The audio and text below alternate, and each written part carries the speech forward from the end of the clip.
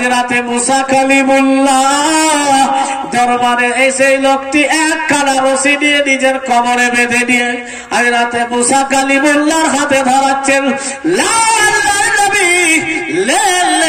শিখারা ধরলেন আর নিয়ে আমাকে মহান রব্বুল আলামিনের দরবারে হাজির করেন। সেই সময় আল্লাহর নবী মুসা বলেছিলেন, ভাই আপনাকে মহান রব্বুল আলামিন একটি মানুষকে ধরার দায়িত্ব দিয়েছিল, সব থেকে খারাপ মানুষকে নিয়ে আসার দায়িত্ব দিয়েছিল। সেই মানুষটি কোথায়? বলেন নবী গো, আমি সেই জায়গাতে উত্তর দিব, মহান রব্বুল আলামিনের দরবারে উত্তর দিব। হযরতে মুসা কালিমুল্লাহ সেই লোকটিকে রশি ধরে নিয়ে যেন মহান রব্বুল আলামিনের দরবারে উপস্থিত হলো। আল্লাহ তাবারক ওয়া তাআলার সাক্ষাতে কথা হলো, আল্লাহ তাবারক ওয়া তাআলার দরবারে কথাবার্তা শুরু হলো। বলেন মুসা, হে আমার নবী, সেই বান্দা আমার পালন করেছি কিনা? বলে রব্বুল আলামিন তাকে আমি সঙ্গে করে নিয়ে এসেছি গো মাবুদ। সে তো কাউকে সঙ্গে করে নিয়ে আসেনি। বলে সে কি করে এসেছে? বলে নিজের কোমরে রশি বেঁধে আমার হাতে ধরিয়ে আমার সঙ্গে এসেছে।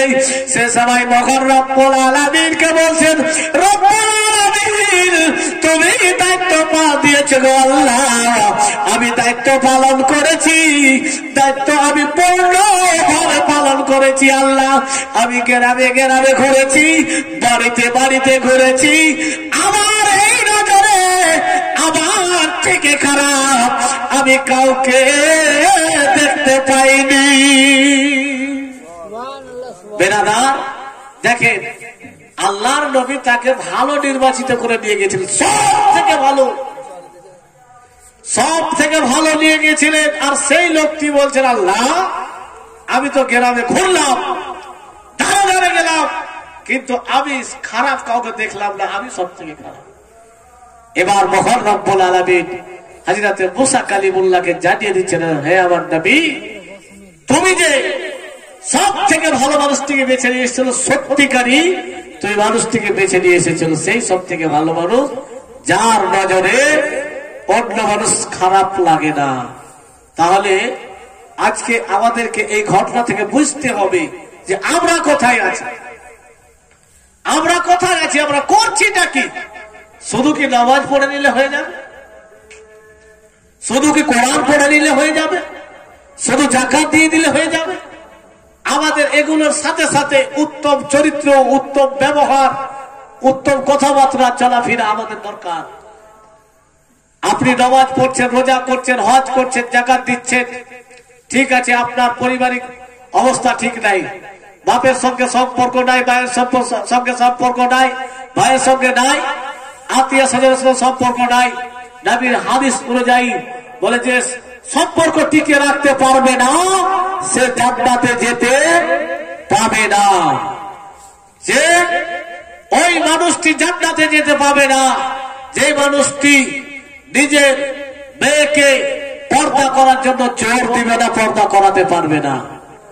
ওই মানুষটি জান্নাতে যেতে পারবে না যে মানুষটি নিজের স্ত্রীকে পর্দা করাতে পারবে না, পর্দার জন্য জোর দিবে না। ওই মানুষটি জান্নাতে যেতে পারবে না যে মানুষটি বাড়ির থাকা সত্ত্বেও নিজের পরিবারকে কোরআন ও হাদিসের সুশিক্ষা দান করাতে পারবে না এবং তার কথা সে খাটাতে পারবে না। তার কথা যদি না চলে, তার কথা মতো স্ত্রী না চলে, মেয়ে না চলে, ছেলে না চলে, তাহলে শরীয়ত তাকে, তারপর সে দিয়ে থাকে, তাকে শরীয়ত কি বলবে? দায়ুস।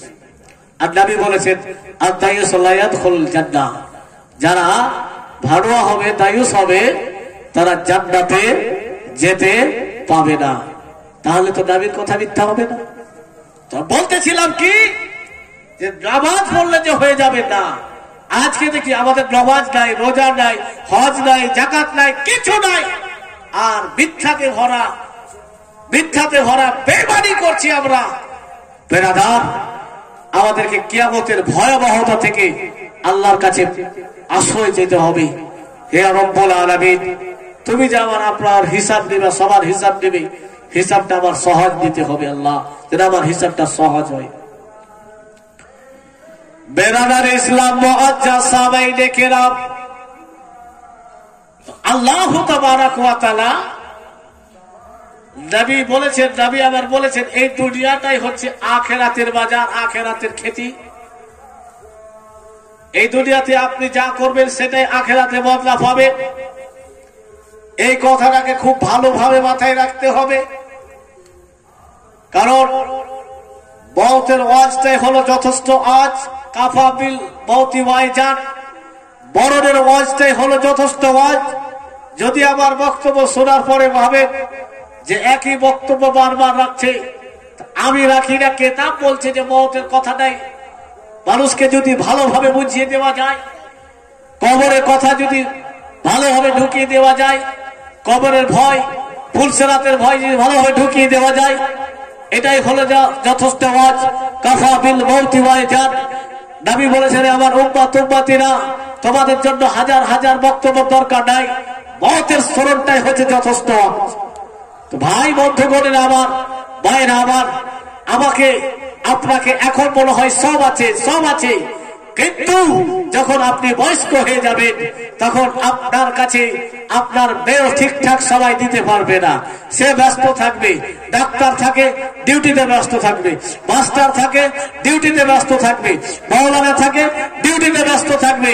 মা চাইবে আমার ছেলে আমার কাছে বসে থাকুক, আমি আর কতক্ষণ খাটের উপরে ঘুমিয়ে থাকবো, খাটের উপরে বসে থাকবো, বাড়ির বেড়ে যেতে পারছে না, আপনার শরীর কাজ করছে না, আপনার হাত কাজ করছে না, আপনার শুধু জবখানা আছে, আপনি খালি কথা বলতে পারছেন।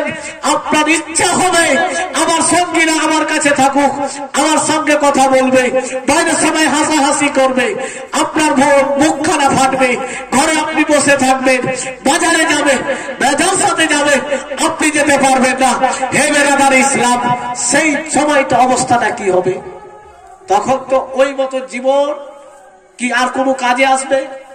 ছেলে অপেক্ষা করবে কখন যায়, মেয়ে অপেক্ষা করবে কখন বিদায় নেই, বৌমা অপেক্ষা করবে, শুধু বৌমা অপেক্ষা করবে না শাশুড়ির জন্য, শাশুড়ির জন্য শুধু বৌমা অপেক্ষা করে না, আজকে বৌমাদেরকে অপবাদ দেওয়া হচ্ছে কি যে তার ছেলের বউ শাশুড়ির সেবা করছে না। বেরাদার ইসলাম, একটু নিজের মুখে হাত দিয়ে কথা ভাবেন যে আপনার মা আপনার পেশাব পায়খানা টাপ থেকে ঘৃণা করেছে, তা আমি, আমার মা আছে, আমি আছি, আমার স্ত্রী যদি সাফ না করে আমাকে করতে হবে কিনা? আমার মা তো আমার স্ত্রীর পায়খানা সাফ করেনি। কথা বুঝাতে পারছি আমি?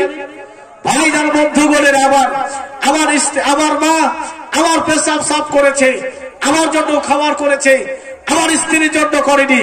তাই আপনি একটা পরের মেয়েকে যাকে স্ত্রী করে নিয়ে এসেছেন, সেই স্ত্রীর দায়িত্ব আপনি দিচ্ছেন আপনার ভাই, দিতে পারেন। যদি এই মেয়েটা সালেহা হয়, পরেজগার হয়, তো সেই মেয়েটা যদি না দেখে, আপনার কর্তব্য আছে, আপনার উপরে ফরজ আছে যে আপনার মায়ের সেবা, আপনার মায়ের যত্ন আপনাকে করে নিতে হবে। আমি ছেলে আছি, আমার বাবা আমাকে কোলে করে পায়খানা পেশাব করিয়েছে, আমার এখনো মনে আছে, কারণ আমি সব দিন রাত্রে ভয় করতাম। আমি